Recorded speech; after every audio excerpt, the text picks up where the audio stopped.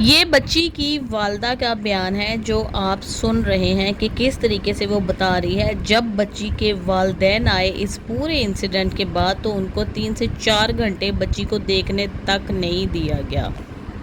جی بالکل، یہ واقعہ ہے 8 سے 9 اگست کے درمیانی رات کا۔ آر جے کر میڈیکل کالج جو ہے وہ اس کالج کا نام ہے، اور مومیتا جو تھی وہ ایک ٹرینی ڈاکٹر تھی۔ ایز اے ٹرینی ڈاکٹر وہ کام کر رہی تھی۔ بچی کو دیکھ سکتے ہیں آپ کہ کس قدر ینگ، خوبصورت اینڈ فل آف لائف تھی۔ بیچاری ڈاکٹر بننا کس قدر مشکل کام ہے، بچوں کے لیے پڑھائی کتنی مشکل ہوتی ہے۔ اس نے یہ ساری پڑھائی کی، MBBS کلیئر کر لیا، اور اب ایز اے ٹرینی اس کالج میں کام کر رہی تھی۔ نائٹ اینڈ ڈے کی ڈبل شفٹ پہ اس بچی نے کام کیا۔ کام کرنے کے بعد جب ریسٹ کرنا ہوتا ہے ڈاکٹرز نے، تو وہاں کالج میں ان کے لیے پراپر ایک ریسٹ ایریا نہیں دیا گیا تھا، بلکہ سیمینار ہال جو تھا کالج کا، اسی میں ڈاکٹرز فری ہو کر ریسٹ کرتے تھے۔ تو وہ وہاں پر ریسٹ کرنے کے لیے چلی گئی، اور ریسٹ میں شاید اس کی آنکھ لگ گئی اور سو گئی کہ رات کو کسی ٹائم یہ واقعہ پیش آیا۔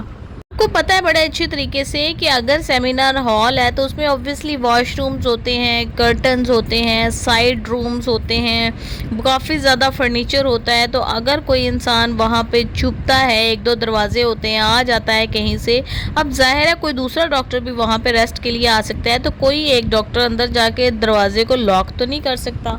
اب اگر یہ ایریا ریسٹ کے لیے مختص کیا گیا تھا لوگوں کے ریسٹ کے لیے کہ ڈاکٹرز آئیں گے یہاں پہ ریسٹ کریں گے، تو یہاں پہ کوئی باہر موجود کیوں نہیں تھا؟ کیونکہ ان کو کوئی کام بھی پڑ سکتا تھا، کوئی چائے کی ضرورت، پانی کی ضرورت، یا کہ کوئی بلا بھی سکتا تھا ان کو، لیکن وہاں پہ اس بلڈنگ کے باہر کوئی بھی موجود نہیں تھا۔ یہ غیر ذمہ داری ہے وہاں کے پرنسپل کی۔ اب یہ جو درندہ نما شخص ہے، شکل دیکھ سکتے ہیں آپ اس کی بہت ہی غور سے کہ کس قدر نحوست اور گھٹیا پن اور ایک عیاری اور مکاری بے شرمی اس کی شکل پہ نظر آ رہی ہے، حرام خور کی شکل پہ۔ یہ فل شراب کے نشے میں ٹن تھا، اس نے پتہ نہیں کب سے ڈاکٹر مومیتا پہ نظر رکھی ہوئی تھی۔ پھر لوگ یہ کہتے ہیں جی کہ اس لڑکی کا ریپ اس وجہ سے ہوا کہ یہ اپیلنگ کلاتھس پہنتی تھی، یہ ویزیبل کلاتھس پہنتی تھی، لیکن ایسا کچھ بھی نہیں تھا۔ ڈاکٹر مومیتا کے بارے میں یہ مشہور تھا کہ وہ بہت ہی کورڈ کلاتھس پہنتی ہے، اوپر سے کپڑوں کے اوپر سے اس نے ڈاکٹرز گاؤن کمپلیٹ پہنا ہوا تھا، تو ایسی بھی کوئی ریزن نہیں ہے۔ خیر جی، یہ بندہ نشے کے اندر دھت تھا، اور یہ یا تو پہلے سے وہاں پہ موجود تھا جو اس کو نہیں پتہ چلا، یا پھر بعد میں آیا ہے یہ اس جگہ پہ کس طریقے سے آیا ہے، اور اس کے ساتھ بہت سے بعد میں اور بھی لوگ موجود تھے۔ وہ بچی شاید گہری نیند سو چکی تھی۔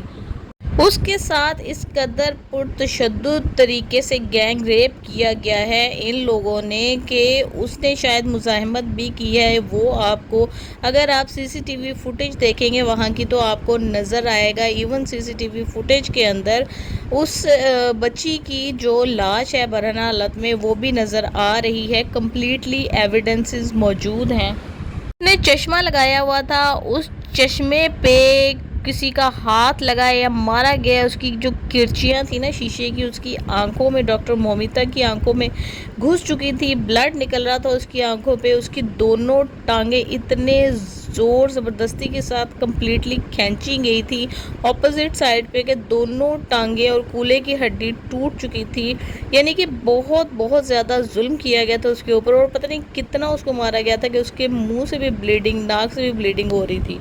والدین کو فون کر کے بتایا گیا جی کہ آپ کی بیٹی نے خودکشی کر لی ہے، خودکشی کر لی ہے۔ یہ بندہ، یہ جو ریپسٹ ہے، یہ وہاں پر اس ہاسپٹل میں ایز اے پولیس ممبر تعینات تھا۔ جی ہاں، وہاں پر ایز اے پولیس ممبر تعینات تھا، اور وہاں پر لوگوں کو یہ اویئرنیس دینے کے بھی چارجز لیتا تھا، یعنی کہ رشوت خوری کرتا تھا۔ یہ ہر وقت ہاسپٹل میں ہی گھومتا پھرتا تھا، کوئی اس کو منع نہیں کرتا تھا کسی بھی طریقے کا، اور جب سی سی ٹی وی فوٹیج کے ذریعے اس کو پکڑا گیا تو اس نے مان لیا۔ بے شرم، بے حیا، گھٹیا انسان کہتا ہے جو آپ کر سکتے ہیں کر لیں، میں نے جو کرنا تھا وہ کیا۔